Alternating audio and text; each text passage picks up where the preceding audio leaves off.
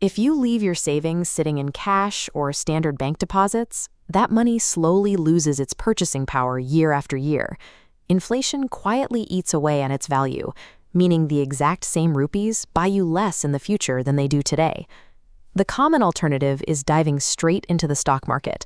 Equities drive growth, but picking individual stocks requires serious expertise, constant monitoring, and a high tolerance for price swings.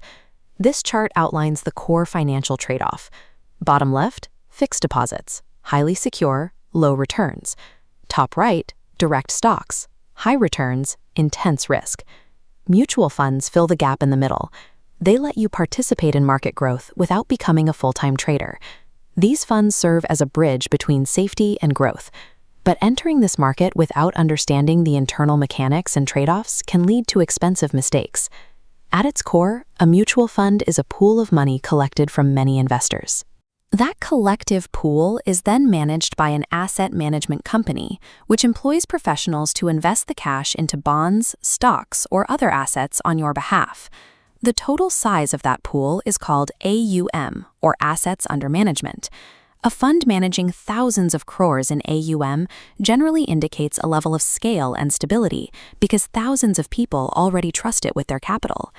This diagram shows how you buy into that pool based on the NAV, or net asset value. Think of NAV as a unit's price tag. If the NAV is 20 rupees and you invest 100 rupees, you acquire exactly 5 units. Unlike the static interest rate of a bank account, that NAV fluctuates every single day. As the underlying companies in the portfolio perform, your unit price rises and falls along with the market. Buying a mutual fund unit gives you a slice of a professionally managed portfolio. The actual challenge is matching the specific type of portfolio to your own timeline. When you open any investing app, you are hit with dozens of categories: liquid, small cap, hybrid, ELSS. It is incredibly easy to feel overwhelmed or pick the wrong vehicle for your goals. Let's map this out. This decision tree categorizes options. If you need stability for cash you'll use in under 3 years, look at debt funds. They invest in bonds, offering better returns than a savings account with lower risk. If your goal is long-term growth, not touching the money for at least 5 years, look at equity funds. These invest in company stocks. Segments like small cap can show massive gains, but be prepared for significant drops over a single year.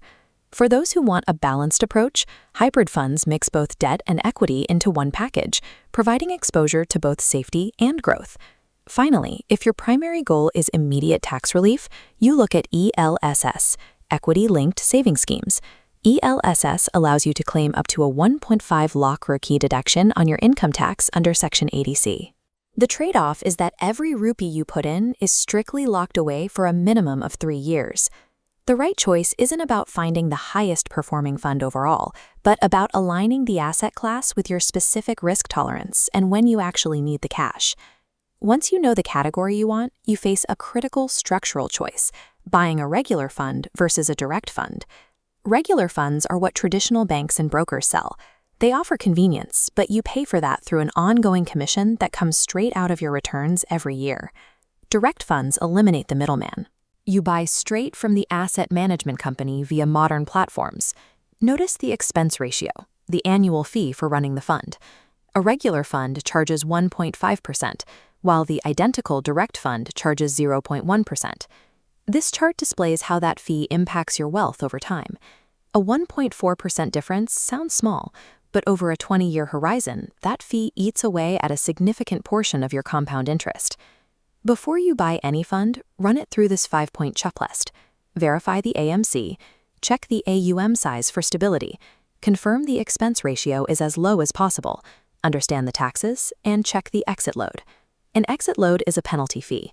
The fund charges you a percentage if you withdraw your money before a specific time frame, usually within the first year.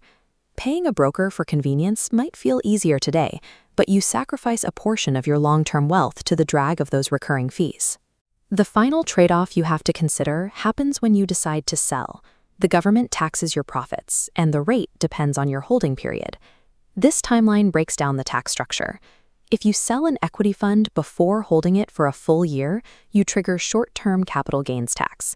The government takes a flat 15% cut of your profits. Hold that exact same investment for more than a year, and it shifts into long-term capital gains.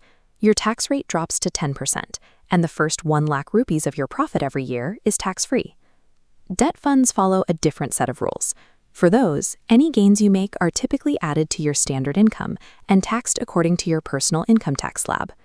To benefit from the compounding power of equity markets, you have to commit to holding your assets for over a year. Frequent trading increases your costs and your tax bill. For many investors, the most effective tool requires almost no active management. It is the passive direct index fund. Instead of paying high fees to managers who try to outguess the market, an index fund mirrors it, automatically tracking major benchmarks like the Nifty or Sensex. Over long-term stretches, this strategy has historically generated returns between 12 and 18%. This chart models the execution. You set up a systematic investment plan, or SIP, to invest a set amount automatically every month. By investing through the highs and lows, you average out the market price and let compounding work over time. Building wealth over time means moving past the search for overnight wins. You trade the high risk of market timing for a low-cost, automated approach that lets compounding work as intended. To pull this together, let's map out 3 specific strategies based on your current financial goals. If you are the tax-conscious employee, you utilize an ELSS fund to secure your ADC deduction. But you only commit cash that you won't need for the 3-year lock-in period. If you are the short-term saver, parking cash for an expense in the next 1 to 3 years, you use debt or hybrid funds. You aim for better returns than a bank without the full volatility of pure equity.